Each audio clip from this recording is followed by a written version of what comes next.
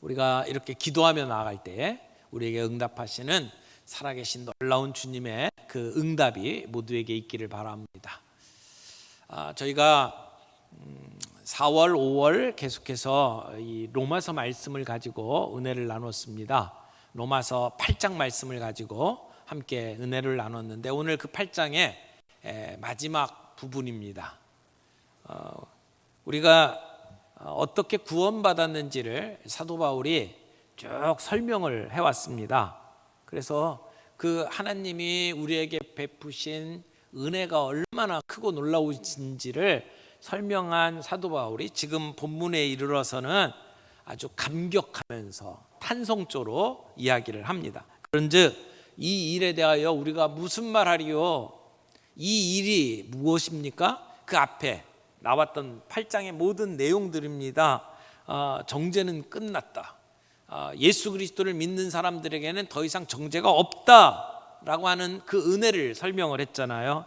성령님이 우리 안에 계셔서 우리를 인도하시는 삶, 새로운 삶을 설명하면서 우리는 영의 생각을 하는 사람들이 되었다. 몸의 행실을 죽이는 사람들이 되었다. 그래서 우리의 삶의 새로운 열쇠는 예수 그리스도, 그분과 더불어 우리에게 역사하시는 성령님이시다. 이런 이야기를 쭉 해왔어요. 그래서 우리가 하나님의 자녀로서 이 땅에 살면서 장차 누리게 될 영광이 얼마나 크고 위대한지를 설명을 했죠.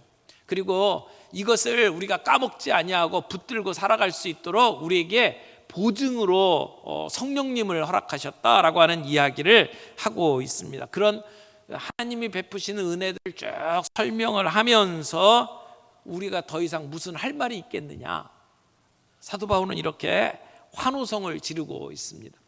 하나님이 베푸신 그 은혜를 생각을 하면서 감격해하는 사도 바울. 그런데 우리도 그 사도 바울과 똑같은 은혜를 누리고 있지 않습니까? 그렇다면 우리는 신앙생활 하면서 사도 바울처럼 이런 감격이 있습니까? 이런 환호성을 지르고 있습니까? 그런즉 이 일에 대하여 우리가 무슨 말 하리요? 라고 하는 그러한 고백을 하고 있습니까? 오늘 이 본문을 통해서 사도 바울이 그 감격해하는 내용을 한번 되돌아보면서 우리도 사도 바울처럼 구원의 기쁨, 감격을 회복하는 시간이 되기를 바랍니다. 첫 번째는 하나님과 우리와의 관계를 이야기하고 있습니다. 이게 31절부터 34절까지 내용인데요. 여기 사도 바울이 하나님은 우리와 어떤 관계를 맺고 있느냐 설명하는 것을 좀 보십시오.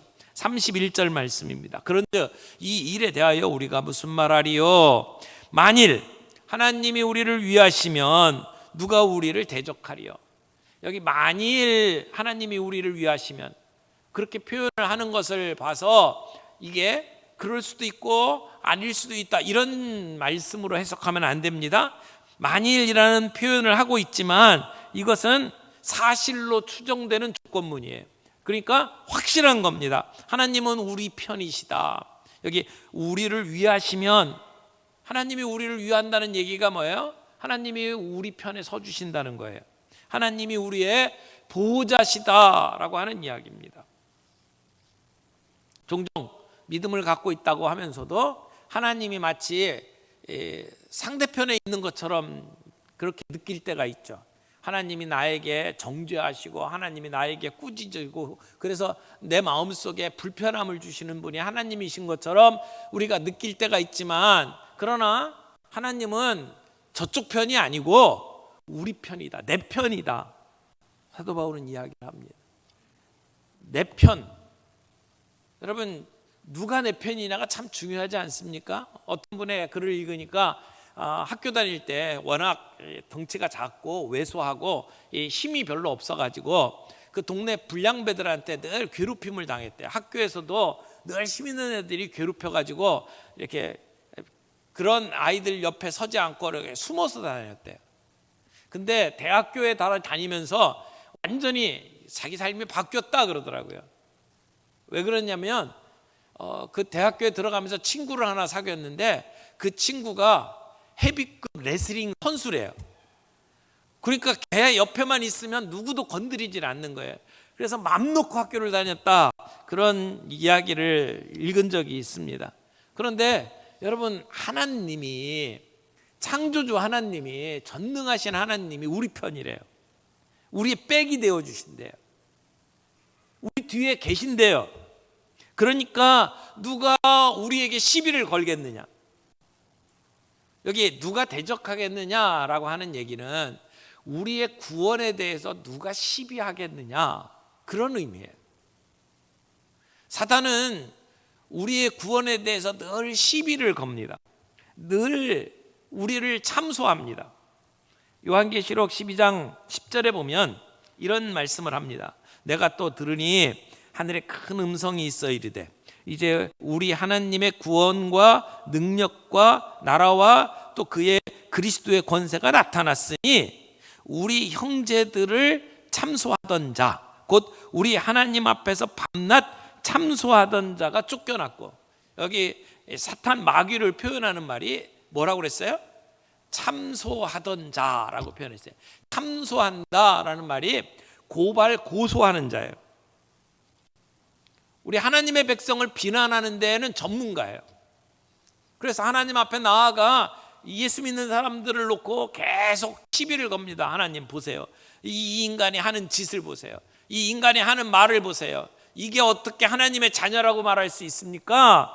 그렇게 공격을 한단 말이에요.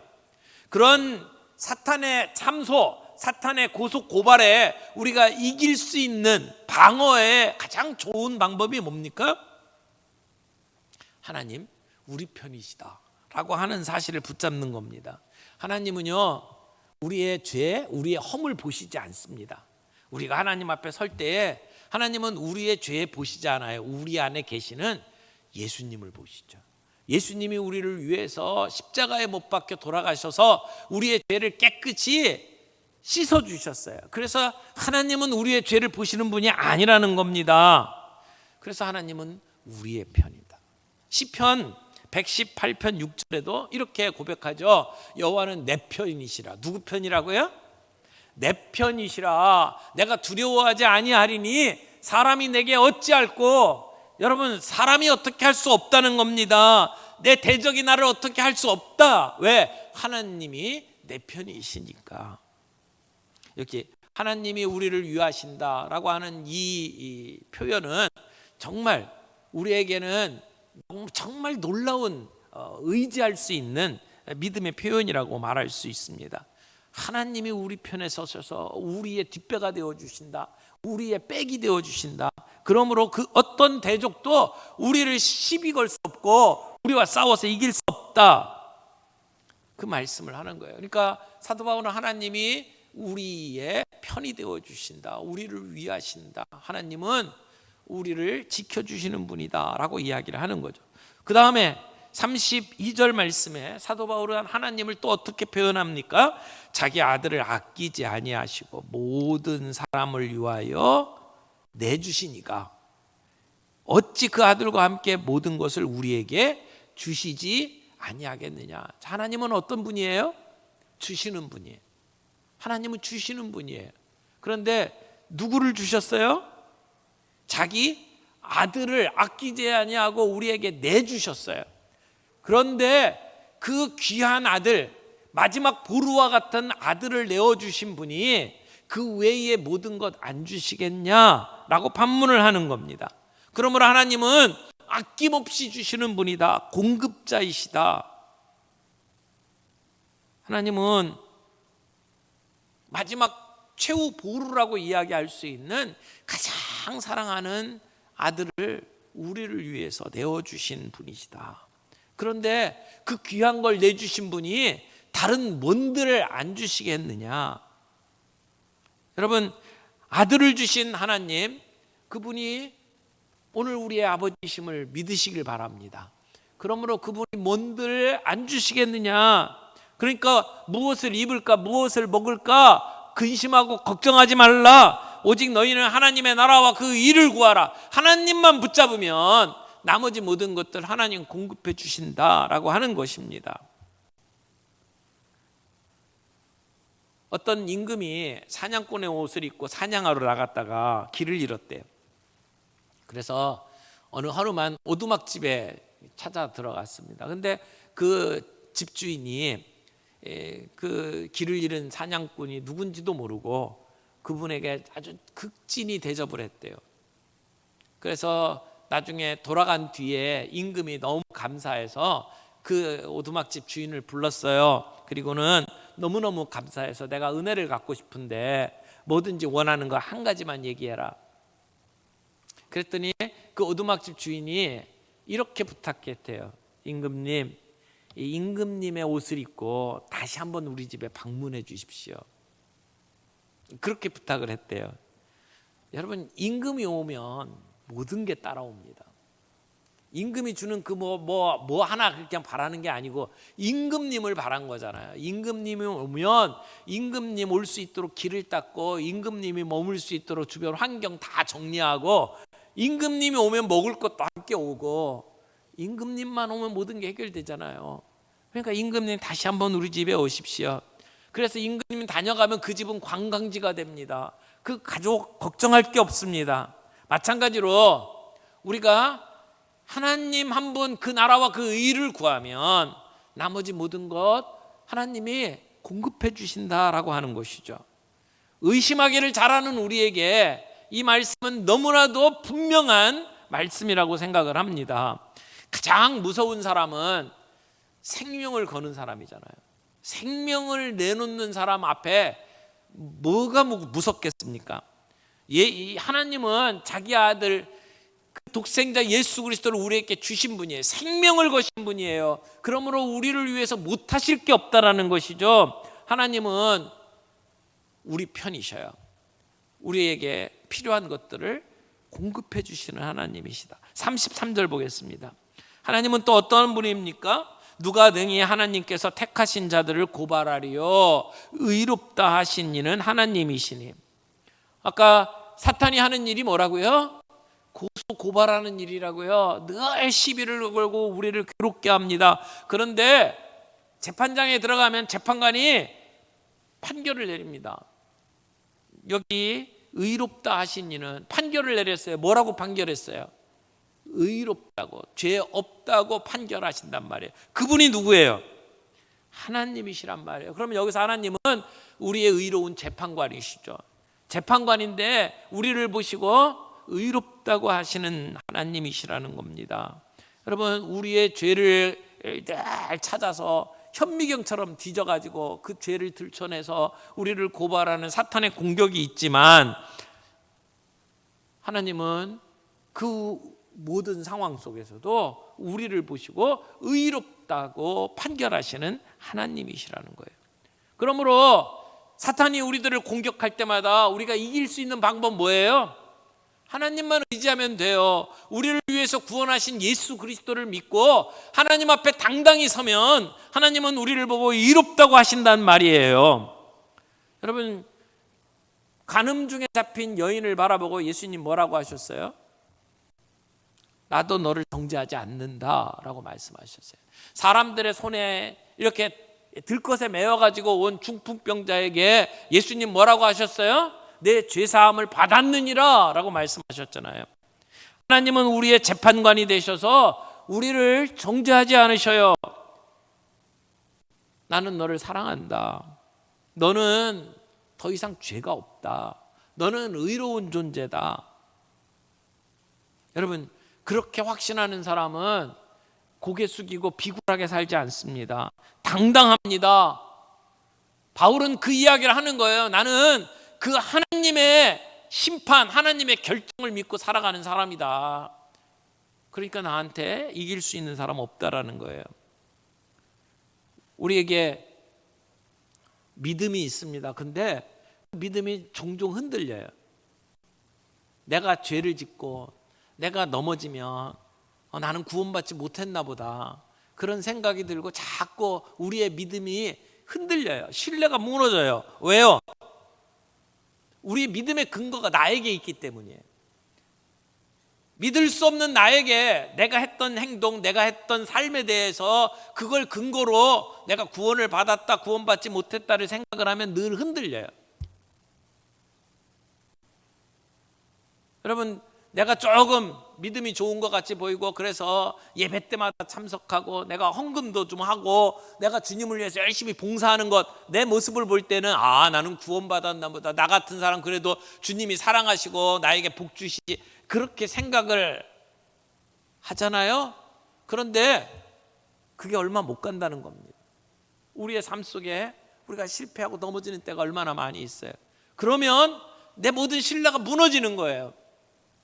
나를 보고 믿음의 근거를 찾으면 안 된다는 겁니다. 신실하신 하나님, 오늘도 우리를 사랑하시고 우리를 위해서 모든 것을 내어주시는 그 하나님을 믿으면 흔들림이 없다라는 거예요. 우리의 믿음의 근거가 어디에 있습니까? 내가 구원의 기쁨, 감격을 잃어버리고 그렇게 의기소침하게 살아가는 이유가 뭡니까? 자꾸 나를 보기 때문에 아닙니까? 사도 바울은 누구 때문에 확신하고 누구 때문에 감격합니까? 하나님을 바라봤기 때문이에요. 하나님이 어떠신 분이길래? 하나님은 우리 편이십니다. 하나님은 오늘도 우리를 바라보시면서 모든 것을 주기를 원하시는 분이에요. 하나님은 재판관으로서 우리를 의롭다고 판단하시는 하나님이셔요. 그 하나님을 바라보면 우리는 흔들림이 없을 수 있다는 것입니다. 여러분은 지금까지 우리의 구원의 기쁨, 감격, 확신의 근거를 어디에다 두셨습니까? 우리의 신앙생활이 아니라 변함이 없으신 신실하신 그 하나님께 그 뿌리를 둘 수 있기를 바랍니다. 두 번째로 우리가 봐야 될 것은 예수님과 우리와의 관계예요. 하나님이 어떠하신 분인지를 설명했던 사도 바울이 이제 예수님 이야기로 넘어갑니다. 34절 보세요. 누가 정죄하리요? 죽으실 뿐 아니라 다시 살아나신 이는 그리스도 예수시니 그는 하나님 우편에 계신 자요 우리를 위하여 간구하시는 자시니라. 여기 34절에 보면 예수님이 우리를 위해서 어떤 일을 하셨는지를 설명하고 있어요. 예수님과 우리의 관계가 있잖아요. 그분이 우리를 위해서 무엇을 하셨나요? 여기 보면 예수님께서는 죽으실 뿐 아니라 다시 살아나신 이라고 이야기를 합니다. 예수님은 우리를 위해서 십자가에 못 박혀 돌아가신 분이에요. 그런데 죽고 끝난 게 아니에요. 다시 살아나셨어요. 부활하셨어요. 그리고 하나님 우편에 계신대요. 하나님 우편에 계신다는 얘기는 승천하셨다는 얘기죠. 그런데 하나님 우편에서 뭘 하고 계셔요? 오늘 본문에 뭐라고 이야기합니까? 하나님 우편에 계신 자요, 그 다음에 우리를 위하여 간구하시는 자시니라. 우리를 위해서 간구하신대요. 그 얘기는 뭡니까? 사탄이 우리를 정죄하고 우리를 고소 고발할 때에 옆에서 예수님이 우리를 위해서 간구하신대요. 그 얘기는 우리를 변호하신다는 말씀이기도 하고 우리를 위해서 중보하신다는 얘기예요. 기도하신다는 얘기죠. 사랑하는 성도 여러분, 예수님이 우리를 위해서 뭐라고 기도할까요? 예수님이 기도하신 내용이 요한복음 17장에 나옵니다. 요한복음 17장은 예수님의 제자들을 위한 기도예요. 그런데 그 제자들을 위한 기도가 그 당시 예수님을 따라다녔던 12 제자들만을 놓고 기도한 게 아니라 그들을 인하여 믿고 있는 그 다음 사람들, 곧 오늘 예수 믿는 사람들을 다 포함해서 주시는 기도예요. 그러면 예수님은 오늘 나를 위해서 기도하고 계시는 것을 볼 수 있죠. 요한복음 17장 11절 말씀 보세요. 여기 예수님께서 뭐라고 기도하십니까? 나는 세상에 더 있지 아니하오나 그들은 세상에 있사옵고 나는 아버지께로 가옵나니 거룩하신 아버지여 내게 주신 아버지의 이름으로, 그 다음에 뭐라고 그랬어요? 그들을 보전하사 제자들을 보호해 주시옵소서. 그 다음에 우리와 같이 그들도 하나가 되게 하옵소서. 제자들이 하나가 되게 하옵소서. 이게 예수님의 기도예요. 예수님은 오늘 우리를 위해서 기도합니다. 저들을 보호해 주시옵소서. 저들도 우리 성부, 성자, 성령이 하나 된 것처럼 저들도 하나 되게 해 주옵소서. 17장 13절 말씀 봅니다. 지금 내가 아버지께로 가오니 내가 세상에서 이 말을 하옵는 것은 그들로 내 기쁨을 그들 안에 충만히 가지게 하려 함이나이다. 여기 예수님께서 이렇게 기도하는 이유가 뭐예요? 제자들의 안에 기쁨이 충만하도록. 오늘 우리 안에 기쁨이 충만하도록 우리 주님이 기도하는 줄 믿습니다. 또 19절 말씀 보겠습니다. 또 그들을 위하여 내가 나를 거룩하게 하오니 이는 그들도 진리로 거룩함을 얻게 하려 함이니이다. 그들도 진리로 거룩함을 얻게 하려 함이니이다. 우리 주님 무엇을 위해서 기도하십니까? 우리가 진리로 거룩하게 되기를 기도하고 계십니다. 여러분, 이 예수님의 기도 소리 심령으로 들으십니까? 우리 주님이 우리를 위해서 하나님 우편에서 기도하고 계시는 내용이에요. 이 기도 소리가 우리의 심령에 들려야 됩니다. 여러분, 세상을 살면서 우리의 귀에다 속삭이는 사탄 마귀의 유혹의 소리가 더 크게 들립니까? 아니면 예수 그리스도께서 우리를 위해서 중보하시는 그 기도 소리가 더 크게 들립니까? 우리의 심령 안에 그 주님의 기도 소리가 들리기를 바랍니다. 우리 예수님이 우리를 위해서 구원해 주시려고 우리를 위해서 죽으셨어요. 다시 살아나시고 하늘로 승천하셨어요. 그리고 하나님 우편에서 지금도 우리를 위해서 기도하고 계셔요. 그 하나님 예수님의 그 은혜 때문에 여러분 얼마나 감격해 하셨습니까? 오늘 그 예수님께서 우리를 위해서 해 주셨던 일들을 바라보며, 그리고 지금도 우리를 위해서 하나님 우편에 기도하며 중보하시는 그 주님 때문에 우리가 힘을 얻을 수 있기를 바랍니다. 그 주님의 은혜 때문에 오늘 감격하며 이 세상을 살아갈 수 있기를 바랍니다. 세 번째, 끊을 수 없는 사랑의 관계를 이제 35절부터 이야기를 합니다. 주님이 우리를 위해서 해주신 일들, 그 일로 인해서 우리와 예수님과의 관계가 세워졌어요. 근데 그 관계가 사랑의 관계예요. 여러분, 그 주님과 우리와의 그 사랑의 관계는 그 어떤 것도 끊을 수가 없다는 겁니다. 그런데 하나님은 우리를 그 사랑에서 끊어지지 않도록 우리를 지키시는 분이에요. 우리를 지키시는 하나님.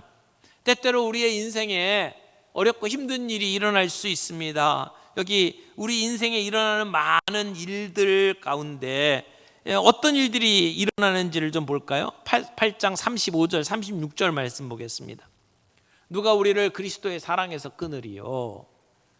환난, 곤고, 박해, 기근, 적신, 위험, 칼이랴. 기록된 바 우리가 종일 주를 위하여 죽임을 당하게 되며 도살당할 양같이 여김을 받았나이다 함과 같으니라. 우리의 삶 속에 갑자기 먹구름이 끼고 폭풍우가 불 때가 있단 말이에요. 어떤 때는 오늘같이 날씨가 좀 청명하고 정말 멋지고 아름다운 날들도 있습니다만은 때때로는 저기압이 발달하고 구름이 끼고 그리고 폭풍우가 몰아붙일 때가 있단 말이에요. 그때 우리는 환난, 곤고, 박해, 기근, 적신, 위험, 칼 이런 실제적인 일들을 당한단 말이에요. 어떤 때는 그 중에 하나가 우리를 찾아오고 어떤 때는 떼거리로 찾아오기도 합니다. 그래서 이 시편 44편 22절에 시편 기자가 고백한 것처럼 우리가 종일 주를 위하여 죽임을 당하게 되며 도살할 양같이 여김을 받았나이다. 힘들고 어려워서 그렇게 고백하는 거잖아요. 그런 핍박, 고난이 우리들에게 찾아옵니다. 그런데 그럴 때 사탄이 우리들에게 들려주는 음성이 뭐예요? 야, 너 그렇게 배가 고픈데도 그런데도 내가 하나님 너를 사랑한다고 믿느냐? 야, 네 몸이 그렇게 아픈데도 하나님이 너를 사랑한다고 너 믿냐? 내가 옷벗김을 당하고 그렇게 매질을 당하는데도 정말 하나님 너를 사랑한다고 믿냐? 사탄은 우리에게 계속해서 이야기를 합니다. 종일 주를 위하여 죽임을 당하게 되고 도살할 양같이 여김을 당하는 그 순간에도 정말 하나님이 너를 사랑한다고 믿느냐? 그런데 사도 바울은 그 모든 상황 속에서 이렇게 고백합니다. 그 어떤 것도 우리를 하나님의 사랑에서 끊을 수 있는 것 없다고요. 여러분, 어떻게 이렇게 말할 수 있습니까? 주님의 사랑이 죽음보다 강하기 때문입니다. 아가서에 보면 사랑은 죽음같이 강하고 라고 이야기합니다. 그 주님의 사랑이 죽음같이 강하기에, 그래서 우리의 믿음의 선배들은 그 핍박과 고난 속에서도 믿음을 지킬 수 있었어요.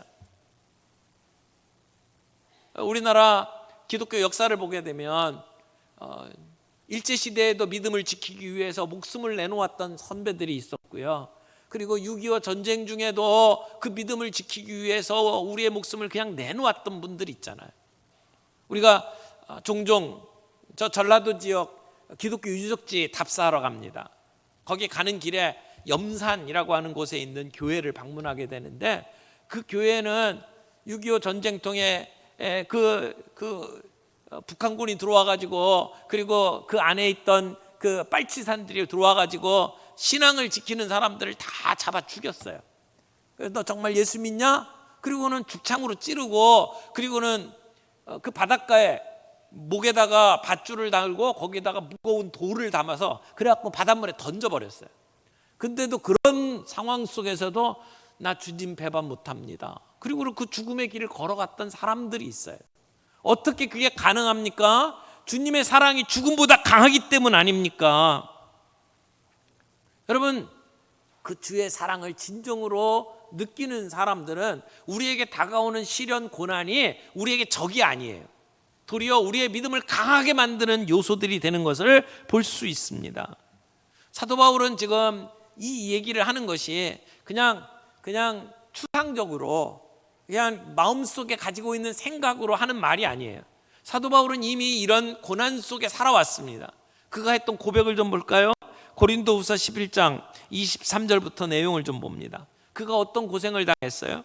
그들이 그리스도의 일꾼이냐 정신없는 말을 하거니와 나는 더욱 그러하도다. 내가 수고를 넘치도록 하고 옥에 갇히기도 더 많이 하고 매도 수없이 맞고 여러 번 죽을 뻔하였으니, 유대인에게 40에서 하나 감한매를 5번 맞았으며 3번 태장으로 맞고 1번 돌로 맞고 3번 파선하고 일주야를 깊은 바다에 지냈으며 여러 번 여행하면서 강의 위험과 강도의 위험과 동족의 위험과 이방인의 위험과 시내의 위험과 광야의 위험과 바다의 위험과 거짓 형제 중에 위험을 당하고, 또 수고하며 애쓰고 여러 번 자지 못하고 줄이며 목마르고 여러 번 굶고 춥고 헐벗었노라. 여러분, 여기 사도 바울이 당했던 고난이 어떤 것인지 쭉 기록하고 있지 않습니까? 이런 혹독한 고통과 고난 속에서도 사도 바울이 주님을 부인하지 않았던 이유가 뭡니까? 오히려 이런 상황 속에서도 하나님께 충성을 다했던 이유가 뭡니까? 하나님의 사랑을 그렇게 강렬하게 느꼈기 때문에, 이것을 다 뛰어넘는 하나님의 사랑. 우리 가운데 사도 바울처럼 이런 삶을 산 사람 아무도 없을 거예요. 이런 어려움을 겪어본 사람 아무도 없을 거예요. 그러나 우리의 삶 속에 우리에게 찾아오는 힘들고 어려운 고난의 시간들은 우리에게 분명히 있습니다. 우리가 이런 시간들 속에서 절대 패배하지 않을 수 있는 이유, 37절 우리 다 같이 고백하겠습니다. 37절 그러나 이 모든 일에 우리를 사랑하시는 이로 말미암아 우리가 넉넉히 이기느니라. 넉넉히 이기느니라. 그냥 간신히 이기는 게 아니고요, 넉넉히 이긴다고 이야기를 합니다. 천하무적이 된다는 거예요. 하나님이 우리를 사랑하신다는 것을 확실하게 믿으면, 그러면 우리는 그런 시련들로 인해서 우리가 무너지지 않고 오히려 시련이 우리를 더 단단한 주님의 사랑으로 묶어준다는 것입니다. 그 시련이 우리의 믿음을 굳세게 만들어주는 친구가 된다는 것입니다. 그래서 우리는 우리를 사랑하시는 이로 말미암아 넉넉히 이긴다. 이게 로마서 8장의 결론입니다. 여러분, 이 결론이 저와 여러분의 결론이 되기를 바랍니다. 넉넉히 이기느니라. 주님이 우리를 사랑하셔요. 그래서 성령님이 우리를 붙잡고 우리를 인도해 주셔요. 그래서 우리는 절대 패배하지 않습니다. 넉넉히 이긴다. 여러분, 이 천하무적이 되게 하는 힘이 어디 있다고요? 우리를 사랑하시는 이로 말미암아 그 주님의 사랑이라고 이야기를 하는 겁니다. 하늘이 두 쪽 나도 변하지 아니하는 하나님의 사랑, 우리가 그 사랑을 절대적으로 확신하며 신앙생활 할 수 있기를 바랍니다. 상황이나 조건에 따라서 자꾸 흔들거리는 갈대 같은 믿음 우리 집어쳐야 합니다. 하나님을 의심하는 천박스러운 신앙 이제는 내려놔야 합니다. 이제는 흔들림이 없는 주님의 사랑을 붙잡고 넉넉히 이길 수 있는 저와 여러분들이 되기를 바랍니다. 사람마다 유혹받는 지점이 달라요. 자꾸 넘어지는 그 지점들이 달라요. 어떤 사람은 자녀 문제만 걸리면 넘어져요.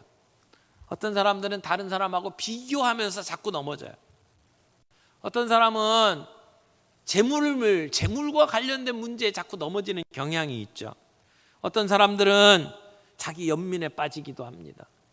때로는 이해할 수 없는 시련들이 우리에게 다가옵니다. 가족들의 어떤 사람이 이유를 알 수 없는 일로 아프고 병에 걸려 골골하는 모습들, 우리 아이들이 이렇게 저렇게 사고가 나고 다치는 모습들을 우리가 볼 때에 자존감이 떨어지고 하나님이 정말 나를 사랑하시는가 그렇게 스스로가 연민에 빠질 때가 있죠. 때로는 주변에 있는 사람들, 남편이나 아내가, 자식들이 나를 무시할 때가 있어요. 심지어는 강아지마저 나를 무시합니다. 그럴 때 우리의 자존심은 밑바닥으로 떨어지죠. 근데요, 그때 우리가 그것 때문에 이 신앙이 곤두박질치고 그것 때문에 의기소침하지 않고 일어설 수 있는 게 뭐라고요? 우리를 사랑하시는 이로 말미암아 넉넉히 이기느니라. 여러분 38절 39절 말씀 좀 보겠습니다. 내가 확신하노니 사망이나 생명이나 천사들이나 권세자들이나 현재일이나 장래일이나 능력이나 높음이나 기쁨이나 다른 어떤 피조물이라도 우리를 우리 주 예수 그리스도의 안에 있는 하나님의 사랑에서 끊을 수 없으리라. 아멘. 그 어떤 것도 우리를 동요시킬 수 없다고 이야기를 합니다.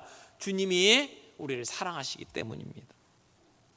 사망이나 생명이나, 여러분 우리가 죽든지 살든지 그 어떤 것도 우리를 주님의 사랑에서 끊어낼 수 있는 게 없다라는 거예요.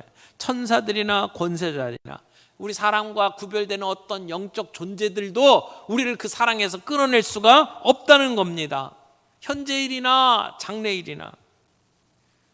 때때로 우리의 미래가 아무것도 소망이 없어 보이는 것 같이 힘들고 어두운 그러한 순간에도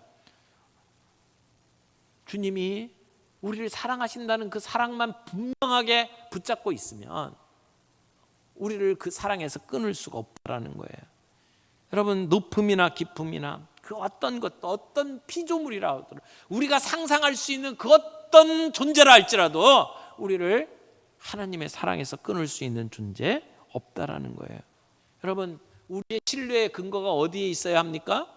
그렇게 사랑하시는 하나님께 두어야 합니다.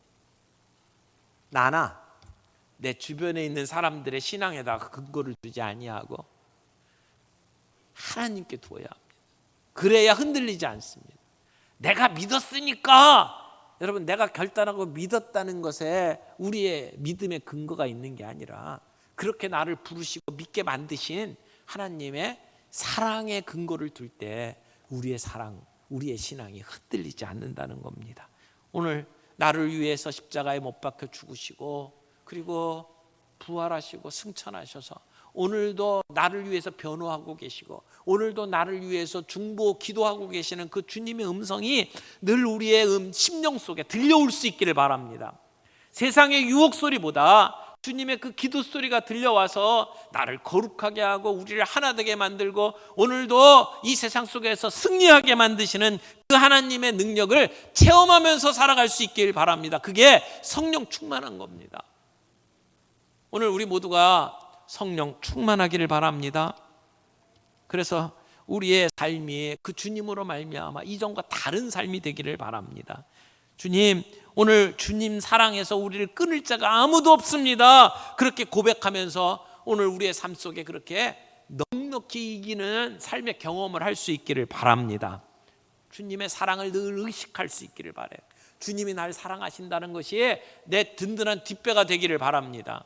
그 세상에 그 누가 나를 무시해도 그래도 주님 날 사랑하셔. 주님이 나를 인정하셔. 주님이 나를 오늘도 호의를 베풀고 계셔.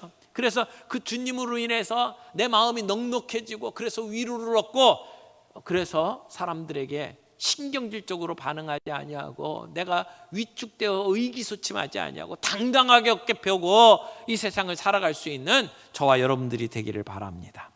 오늘 말씀을 맺겠습니다. 우리 사도 바울이 그렇게 큰 소리치면서 탄성소로 이야기를 합니다. 하나님이 우리에게 어떤 분이라고요? 하나님은 우리 편이시라고요. 하나님 우리의 보호자시에요. 하나님은 우리의 모든 것들을 공급해 주시는 분이에요. 아들까지 주신 분이 뭘 못 주시겠냐. 주님은 우리를 공급해 주시는 분이에요. 주님이 우리를 심판하시면서 의롭다고 판단하시는 분이에요. 그런데 뭘 걱정하겠느냐. 또 우리 주님이 어떤 분이라고요? 우리를 위해서 죽으시고 다시 살아나시고 부활하셔서 그렇게 하나님 우편에 계시고 우리를 위해서 지금도 변호하고 계시고 기도해 주시는 주님. 그 주님이 우리 뒤에서 그렇게 도와주시는데 우리가 뭐 겁낼 게 있겠느냐. 그 주님의 사랑에서 끊을 수 있는 이 세상의 존재 아무것도 없다. 그 어떤 피조물이라도 우리를 그 하나님의 사랑에서 끊을 수 없다. 그러므로 우리는 넉넉히 이긴다. 반드시 승리할 것이다. 여러분 그냥 판정승으로 끝나는 게 아니고 KO승으로 끝낼 거를 믿으시길 바랍니다.